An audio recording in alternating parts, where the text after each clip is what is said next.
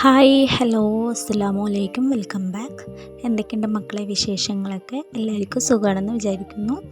അപ്പോൾ ഇന്ന് മുഹറം 10 നോമ്പ് തുറ വിശേഷങ്ങളൊക്കെയാണ് കേട്ടോ ഷെയർ ചെയ്യുന്നത്. പിന്നെ ഇതിലൊരു കേക്കിൻ്റെ ഡെക്കറേഷനും ഒരു സ്പഞ്ചിൻ്റെ കാര്യങ്ങളും ഒക്കെ ഞാൻ വീഡിയോയിൽ കാണിക്കുന്നുണ്ട്. അപ്പോൾ വീഡിയോ കണ്ടിട്ട് ഇഷ്ടമാണെന്നുണ്ടെങ്കിൽ ഒന്ന് ലൈക്ക് ചെയ്ത് നിങ്ങളുടെ വാല്യുബിൾ ആയിട്ടുള്ള അഭിപ്രായം ഒന്ന് കമൻ്റ് ആയിട്ടൊന്ന് അറിയിക്കുക. അപ്പോൾ ഒരു മുഹറം 10 അന്ന് ഒരു വൈകിട്ട് ഒരു 3-3:30 കഴിഞ്ഞ ടൈമിലാണ് കേട്ടോ എണീച്ചിട്ടുണ്ടായിരുന്നത്. അപ്പോൾ കുറച്ച് ബീഫ് പുറത്ത് വെച്ചിട്ടുണ്ടായിരുന്നു തണുപ്പൊക്കെ പോകാൻ വേണ്ടിയിട്ട്. പിന്നെ അതിനെ ഒക്കെ ഒന്ന് എടുത്ത് ഒന്ന് ക്ലീൻ ചെയ്തിട്ട് അവിടെ മാറ്റി വെച്ചിട്ടുണ്ട്. പിന്നെ നമ്മളിന്ന് മുഹറം 10 ആയതുകൊണ്ട് തന്നെ കുറച്ച് എപ്പോഴും ഉണ്ടാക്കണേന്ന് കുറച്ചും കൂടി നല്ല മുന്തിയ ഭക്ഷണം കഴിക്കണം എന്നാണല്ലോ പറയുന്നത്. അപ്പോൾ അതുകൊണ്ട് ബിരിയാണി തന്നെ ഉണ്ടാക്കാമെന്ന് വിചാരിച്ചു കേട്ടോ. അപ്പോൾ ബീഫ് ബിരിയാണി ഉണ്ടാക്കാമെന്ന് വേണ്ടിയിട്ടാണ് ഇരിക്കുന്നത്. അപ്പോൾ അതിന് വേണ്ടിയിട്ടാണ് കേട്ടോ. ബീഫ് 1 കിലോയിൽ കുറച്ച് കൂടുതലുണ്ട് കേട്ടോ. അപ്പോൾ നമ്മൾ 1 കിലോ റൈസാണ് ചെയ്തെടുക്കുന്നത്. അപ്പോൾ ആദ്യം ബീഫ് ഒന്ന് വേവിച്ചെടുക്കാനായിട്ട് ഇവിടെ ഒരു കുക്കർ എടുത്തിട്ടുണ്ട്. അതിലേക്ക് നമുക്ക് ക്ലീൻ ചെയ്ത് മാറ്റിയിട്ടുള്ള ബീഫ് ഇട്ട് കൊടുക്കാം. ഓൾറെഡി നമ്മൾ കുറേ ബിരിയാണീൻ്റെ റെസിപ്പീസൊക്കെ നമ്മുടെ ചാനലിൽ കുറേ ഇട്ടിട്ടുണ്ട് കേട്ടോ. അപ്പോൾ അതുകൊണ്ടാണ് ഡീറ്റെയിൽ ആയിട്ട് ഇട്ടിട്ട് കാണിച്ച് നിങ്ങളെ വെറുപ്പിക്കാണ്ടിരിക്കുന്നത് കേട്ടോ. അപ്പോൾ അങ്ങനെ അതവിടെ ബീഫൊക്കെ ഇട്ടെടുത്തിട്ടുണ്ട് കേട്ടോ. അപ്പോൾ ഇതിൽ ഞാൻ കട്ട് ചെയ്യാൻ മറന്നിട്ടുണ്ടായിരുന്നു കേട്ടോ. കുറച്ച് വലിയ പീസൊക്കെ ഉണ്ടായിരുന്നേ. അപ്പോൾ അതിനേക്ക് ഒന്ന് കട്ട് ചെയ്തിട്ട് മാറ്റിയാണ്. പിന്നല്ലേ മുഹറം 10 അന്നും എല്ലാവരും കുറച്ചും കൂടി നല്ല ഭക്ഷണം കഴിക്കണം എന്നാണ് കേട്ടോ പറയുക. അപ്പോൾ അതിൻ്റെ എന്താ വെച്ചാൽ പിന്നെ ആ വർഷം മൊത്തം നമുക്ക് എന്താ പറയുക ഭക്ഷണത്തിലൊക്കെ നല്ല ബർക്കത്തൊക്കെ ഉണ്ടാവും എന്നൊക്കെയാണ് പറയാറ്. അപ്പോൾ അതുകൊണ്ട് നമ്മൾ കഴിക്കുന്ന എല്ലാ ഫുഡും നല്ല ഫുഡുകൾ തന്നെയാണ്.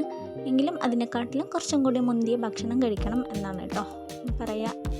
അപ്പോൾ ഞാനിതവിടെ ബീഫിലുള്ള മസാലപ്പൊടി കാര്യങ്ങളൊക്കെ ഇട്ട് കൊടുത്തിട്ടുണ്ട്. മുളക് പൊടി, ഒരു നുള്ള മഞ്ഞൾപ്പൊടി, 1 ടീസ്പൂൺ മല്ലിപ്പൊടി, 1 ടീസ്പൂൺ ഗരം മസാല, പിന്നെ ഇതിലേക്ക് നേരത്തെ ചെറിയുള്ളിയും വെളുത്തുള്ളി ഇഞ്ചിയൊക്കെ ഒന്ന് അരച്ച് മാറ്റിയിട്ടുണ്ടായിരുന്നില്ല, അതും കൂടി ഇട്ട് കൊടുക്കാം കേട്ടോ. അതുപോലെ കുറച്ച് വലിയ ടീസ്പൂണാണ് നിറച്ച് ഇട്ട് കൊടുക്കുന്നുണ്ട്.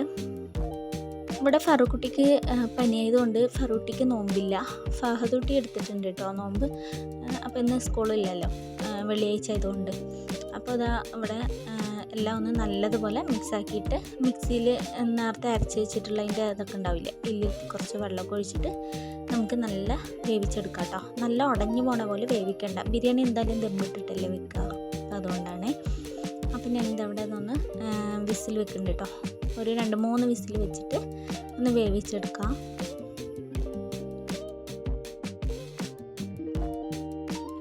പിന്നെ ഇതവിടെ സ്നാക്സിന് വേണ്ടിയിട്ട് ഉരുളക്കിഴങ്ങൊന്ന് നല്ലപോലെ വേവിച്ച് വെച്ചിട്ടുണ്ട്. അപ്പോൾ അതിനേക്കൊന്ന് തൊലിയൊക്കെ ഒന്ന് കളഞ്ഞെടുക്കണ്ട. ഇപ്പോൾ ടൈം ഏകദേശം ആയിട്ടുണ്ട്. പിന്നെ അതിൻ്റെ തൊലിയൊക്കെ ഒന്ന് കളഞ്ഞിട്ട് ചൂടോട് കൂടിയിട്ട് തന്നെ ഒന്ന് ക്രഷ് ചെയ്തെടുത്ത് വെച്ചാൽ നല്ലതുപോലെ ഉടഞ്ഞ് കിട്ടുമല്ലോ. അപ്പോൾ അതിന് വേണ്ടിയിട്ടാണ് കേട്ടോ. അപ്പോൾ ഞാൻ അതിൻ്റെ തൊലിയൊക്കെ ഒന്ന് കളഞ്ഞെടുക്കുന്നുണ്ട്.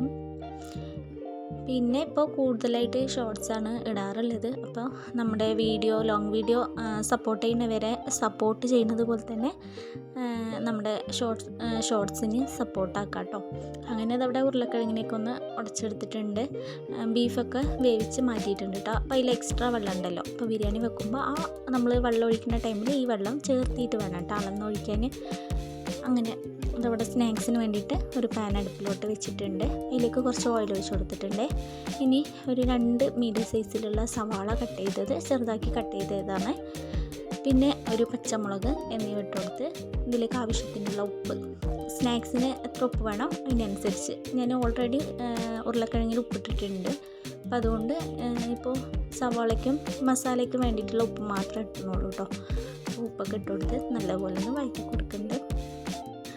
അപ്പോൾ ഞാൻ എന്തൊക്കെയാണ് ഉണ്ടാക്കണമെന്ന് പറഞ്ഞിട്ട് ഇവിടെ കുഞ്ഞു മേലെ കയറി ഇരിക്കുന്നുണ്ട് കേട്ടോ നോക്കാനായിട്ട്. പിന്നെ അതിലേക്ക് ഒരു 1/2 ടീസ്പൂണ് ഇഞ്ചി വെളുത്തുള്ളി നേരത്തെ അരച്ചില്ലേ, ആ പേസ്റ്റാണ് ഇട്ട് കൊടുത്തിട്ടുള്ളത്. പിന്നെ അതൊക്കെ ഒന്ന് വഴറ്റി കൊടുത്തതിന് ശേഷം ഇതിലേക്ക് മസാലപ്പൊടികൾ ഇട്ട് കൊടുക്കുക. കുട്ടികൾ കഴിക്കുന്നതുകൊണ്ട് കൂടുതൽ എരിവൊന്നും ഇട്ട് കൊടുക്കുന്നില്ല. ഒരു ടീസ്പൂണിൻ്റെ അടുത്ത് മുളക് പൊടി, ഒരു 1/4 ടീസ്പൂൺ മഞ്ഞൾപ്പൊടി, ഒരു ടീസ്പൂൺ ഗരം മസാല, 1 ടീസ്പൂണല്ല 1/2 ടീസ്പൂൺ ഗരം മസാല എന്നിവ ഇട്ട് കൊടുത്തിട്ട് നല്ലതുപോലെ അതിൻ്റെ റോ സ്മെല്ല് മാറുന്ന വരെ നമുക്കൊന്ന് വഴറ്റി കൊടുക്കുന്നുണ്ട്.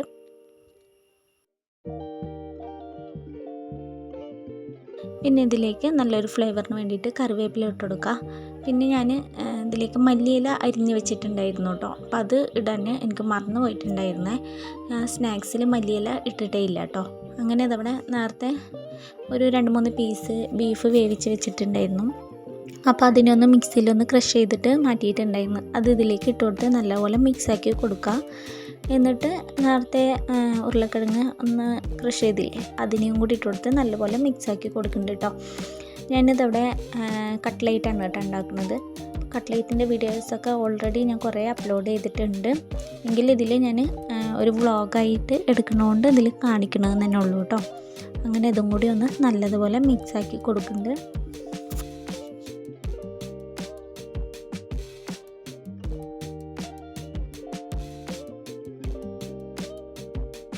ഒരു സ്പെഷ്യലായിട്ടുള്ള ഒരു കട്ട്ലേറ്റാണ് ഉണ്ടാക്കുന്നത്. നല്ല മൊഞ്ചുള്ള കട്ട്ലേറ്റ്. അതിന് വേണ്ടിയിട്ട് ഇതുപോലൊരു സ്റ്റാറിൻ്റെ ഒരു എന്താ പറയുക ഒരു കട്ടറാണ് എടുത്തിട്ടുള്ളത്. ഇത് കേക്ക് ഉണ്ടാക്കുമ്പോൾ ഫോണ്ടൻറ്റ് കട്ട് ചെയ്യില്ലേ, ആ കട്ടറാണ് കേട്ടോ. അപ്പോൾ അത് എടുത്തിട്ടുണ്ട്. ഇത് കുറച്ച് അതിന് എന്താ പറയുക ഒരു ബോൾ പോലെ എടുക്കുക. എന്നിട്ട് ഇതിലേക്കൊന്ന് പ്രസ് ചെയ്ത് കൊടുക്കുക. എന്നിട്ട് നല്ലതുപോലെ ഒന്ന് പ്രസ് ചെയ്ത് കൊടുത്തു വെച്ചാൽ നല്ല അടിപൊളി ഷേപ്പിൽ കിട്ടും കേട്ടോ. അപ്പോൾ ഇതിൽ കുറേ ഷേപ്പുകളുണ്ട്. ഞാൻ സ്റ്റാറിൻ്റെ എടുത്തതാണ് കേട്ടോ. അപ്പോൾ സ്റ്റാറിൻ്റെ പോലെ ഉണ്ടാക്കിയാൽ കാണാൻ നല്ല ലുക്കല്ലേ, കുട്ടികൾക്ക് കഴിക്കാനും കുറച്ചും കൂടി ഒരു വെറൈറ്റി പോലെ തോന്നുമ്പോൾ നല്ല ഇഷ്ടാവും ചെയ്യും. അപ്പോൾ അതുകൊണ്ടാണ് കേട്ടോ സ്പെഷ്യലായിട്ട് ഇങ്ങനെ ഉണ്ടാക്കിയിട്ടുള്ളത്. അപ്പോൾ ഒരു 7-8 ഇതുപോലെ ഉണ്ടാക്കിയതിന് ശേഷം ഞാൻ പിന്നെ ചെറുത് ഇതിൻ്റെ കുറച്ച് ചെറിയ സ്റ്റാറും കൂടി ഉണ്ടായിരുന്നു. അപ്പോൾ അതും കൂടി എടുത്തിട്ട് ഇതുപോലെ ഒന്ന് ചെയ്തെടുക്കുന്നുണ്ട്. അങ്ങനെ ഇതവിടെ ചെറുതെടുത്തിട്ടുണ്ട് കേട്ടോ. ഇനി ഇതിലും കൂടി ഒന്ന് ഷേപ്പ് ചെയ്തെടുക്കുക.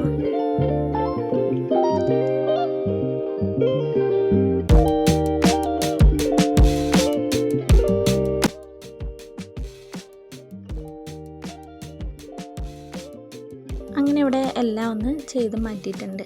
ഇനി നമുക്ക് എപ്പോഴും ചെയ്യണ പോലെ കട്ട്ലേറ്റിന് ചെയ്യണ പോലെ മുട്ട ബീറ്റ് ചെയ്തിൽ ഡിപ്പ് ചെയ്തിട്ട് ബ്രെഡ് ക്രംസിൽ ഒന്ന് കോട്ട് ചെയ്തെടുത്ത് ഒന്ന് ഫ്രൈ ചെയ്തെടുത്താൽ മതിയാവും. അപ്പോൾ ഞാനിവിടെ ബ്രെഡ് ക്രംസിന് പകരം റസ്കിൻ്റെ പൊടിയൊന്നാണ് എടുത്തിട്ടുള്ളത് കേട്ടോ. റസ്ക് പൊടിച്ചെടുത്തതാണ്. റസ്ക് പൊടിയോ ഇല്ലെങ്കിൽ ബ്രെഡ് ക്രംസോ ഏത് വേണമെങ്കിലും എടുക്കാം കേട്ടോ. അപ്പം മുട്ടയിൽ ഡിപ്പ് ചെയ്യുന്നത് നമുക്ക് വേണമെങ്കിൽ മൈദയിൽ ഒന്ന് ലൂസാക്കി ഒന്ന് കലക്കിയെടുത്തിട്ട് അതും ഡിപ്പ് ചെയ്യാം. പിന്നെ നാരങ്ങ വെള്ളമൊന്നും കലക്കിയിട്ടുണ്ടായിരുന്നു. മഴയതുകൊണ്ട് ജ്യൂസൊന്നും വേണ്ടാൻ വേണ്ടി ഇരിക്കുകയായിരുന്നു. പിന്നെ ഫഹദുട്ടിക്ക് ഒരേ വെള്ളം വേണം പറഞ്ഞിട്ട് പിന്നെ അങ്ങനെ കലക്കിയതാണ് കേട്ടോ. അപ്പോൾ ഇവിടെ ബിരിയാണിയൊക്കെ ഒന്ന് റെഡി ആയിട്ടുണ്ട്. നോമ്പൊക്കെ തുറന്നു കേട്ടോ. ബാങ്ക് കൊടുത്ത് നോമ്പൊക്കെ തുറന്നു. പിന്നെ അത് എന്താ പറയുക പായസമാണ്. പിന്നെ വട, ഇതൊക്കെ നമ്മുടെ നെയ്ബർ തന്നതാണ് കേട്ടോ. അങ്ങനെ ഇതവിടെ എല്ലാം ഒന്ന് റെഡിയാക്കിയിട്ടുണ്ട്. ഇനി നമുക്ക് ഇതെല്ലാം ഒന്ന് കഴിക്കാം.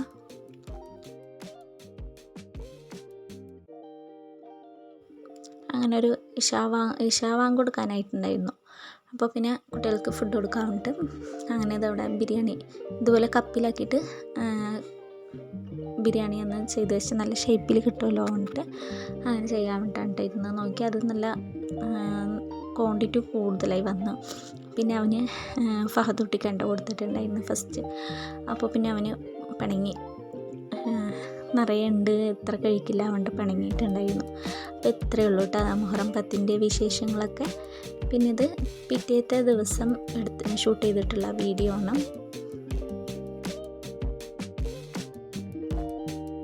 അപ്പോൾ നമ്മുടെ തൊട്ട വീട്ടിൽ തന്നെ ഒരു ബർത്ത്ഡേ ഉണ്ടായിരുന്നു. ബർത്ത്ഡേ ഫംഗ്ഷന് ക്ഷണിച്ചിട്ടുണ്ടായിരുന്നു കേട്ടോ. അപ്പോൾ അവർക്ക് കൊടുക്കാൻ വേണ്ടിയിട്ട് നമ്മുടെ സ്പെഷ്യലായിട്ട് ഒരു കേക്ക് ഉണ്ടാക്കാമെന്ന് വെച്ചിട്ട് അങ്ങനെ ഉണ്ടാക്കിയതാണ്. അപ്പോൾ ഇത് ചോക്ലേറ്റ് കേക്ക് ഉണ്ടാക്കാൻ വേണ്ടിയിട്ടാണ് കേട്ടോ വിചാരിച്ചത്. അപ്പോൾ അതിന് വേണ്ടിയിട്ടുള്ള ചോക്ലേറ്റിൻ്റെ സ്പഞ്ച് കാര്യങ്ങളൊക്കെ ഇവിടെ റെഡിയാക്കിയിട്ടുണ്ട്. ഫസ്റ്റ് 1 kg ആണ് ഉണ്ടാക്കിയത്. പിന്നെ കുറച്ചും കൂടി ഹൈറ്റിൽ ചെയ്യാമെന്ന് പറഞ്ഞിട്ട് പിന്നെ ഒരു 1/2 kg കൂടി ഉണ്ടാക്കിയിട്ടുണ്ടായിരുന്നു കേട്ടോ. ഒരു ടിന്നിൽ 8 ഇഞ്ചിൻ്റെ ടിന്നാണ്. ഇപ്പോൾ ഇത് ചൂടാറി നിൽക്കാനുള്ള ടൈം ഇല്ലാത്തതുകൊണ്ട് ചൂടോട് കൂടിയിട്ട് തന്നെ ഇതിനൊന്ന് എന്താ പറയുക ലെയർ ചെയ്തെടുക്കുന്നുണ്ട്.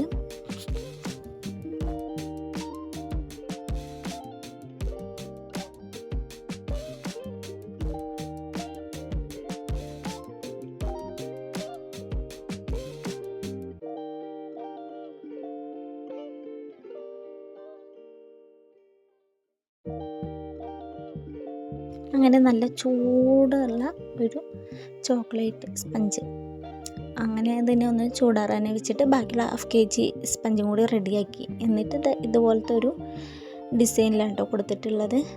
എങ്ങനെയുണ്ടെന്നൊന്ന് കമൻറ്റ് ചെയ്യുക. വീഡിയോ ഇഷ്ടമായിട്ടുണ്ട് എന്നുണ്ടെങ്കിൽ ഒന്ന് ലൈക്ക് ചെയ്ത് ഒന്ന് സപ്പോർട്ട് ചെയ്യുക.